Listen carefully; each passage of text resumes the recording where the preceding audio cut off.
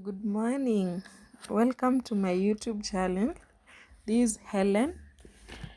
Um, Today I want us to share from the book of Genesis, chapter 7 and chapter 8. So this is about the story of Noah. Noah had found favor before the Lord, and so the flood was going to come, but his family was going to be saved. So we are told the flood actually came when Noah was 600 years. So in the analysis of this chapter, these two chapters, I'll always be say probably the date and then the year 600, because the flood relates to the years of Noah. So, for example, we are told that the flood came on 17th of the second month, the year 600. So the flood came 17th February, the year 600, and then it rained for 40 days. It means the rain stopped on 27th March, the year 600, using the years of Noah.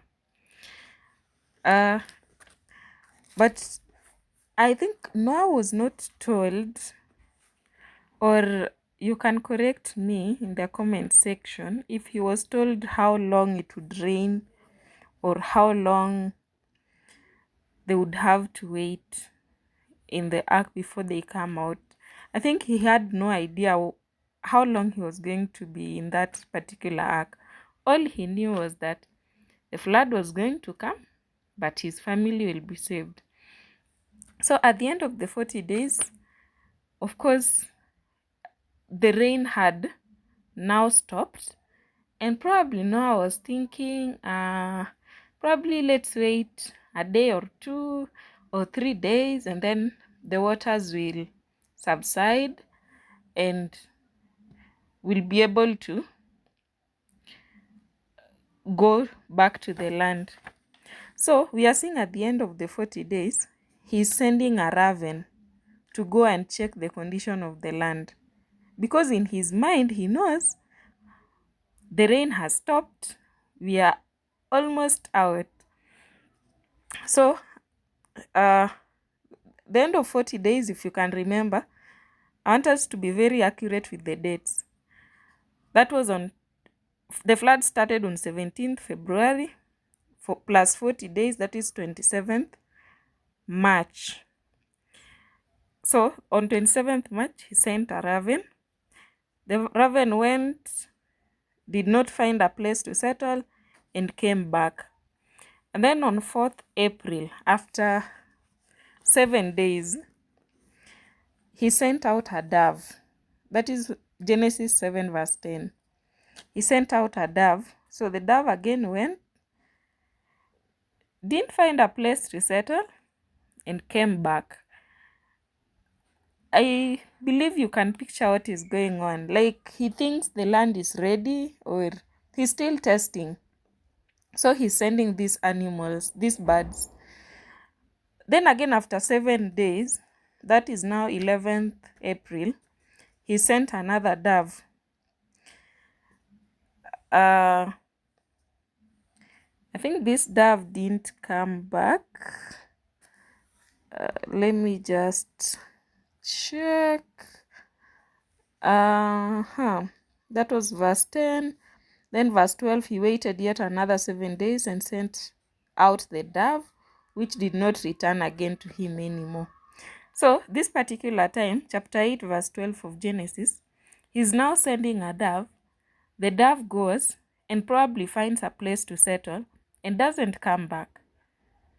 And so in Noah's mind, on this particular day, 11th of April, he's like, I think the land might be ready for us to settle. And so he waits. And this waiting takes more than 6 months, almost 7 months, because this was 11th April. God has not said anything. And then on 1st January, this is a New Year's Eve, on 1st January, now the year 601. Remember, we are using the age of Noah. So the year 601, 1st January, the Bible records that the waters were dried from the earth until Noah he even removed the covering of the ark. So on the surface, everything was dry. The land was so dry.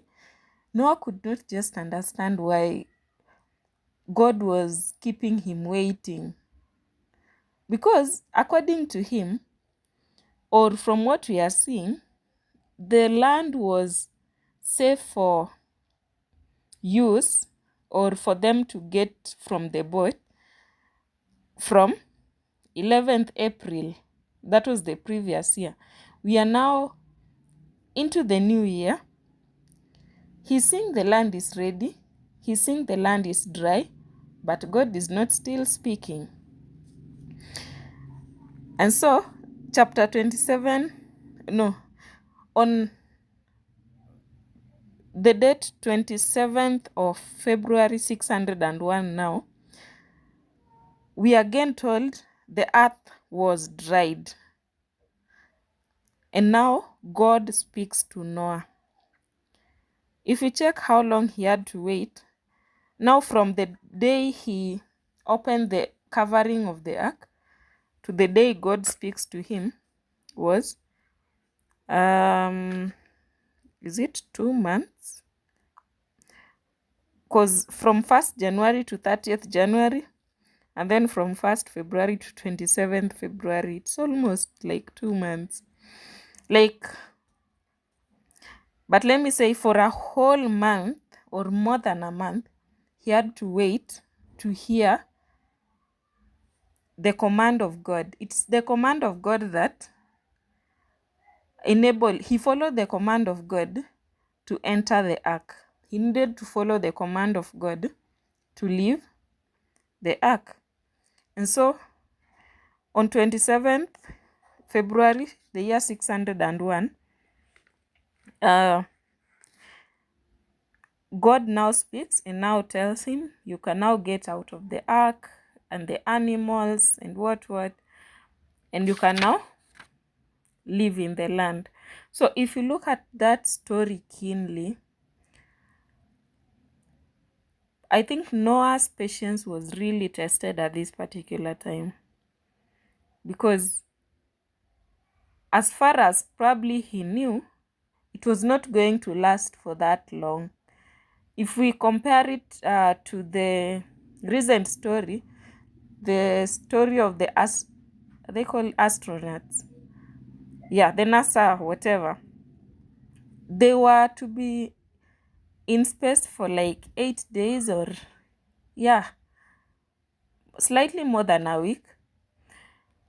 But they ended up being in space for more than 9 months. So you can imagine how probably they were feeling, and you've left your family on Earth, you are there in space for more than 9 months. Your small baby has now grown. The one who was in high school probably is graduating, and you've just missed a lot. But what the story of Noah tells us is to wait on God. Sometimes what we think is right isn't right. Sometimes, because in the eyes of Noah, he thought the land would be ready within probably a week or two. And that is why he was sending the birds every week he was sending birds to go and check the land. But it took several months for the earth to dry completely. God knew the best condition that the land needed to be for them to be comfortable. Otherwise, they would be stepping in mud all over, and it would just not be conducive for them. So this is a continuation of waiting on God. Now this part 2. The major lesson I'm learning is when you wait on God, you never get it wrong. When you wait on God, you really never get it wrong. And so I believe you've also picked something from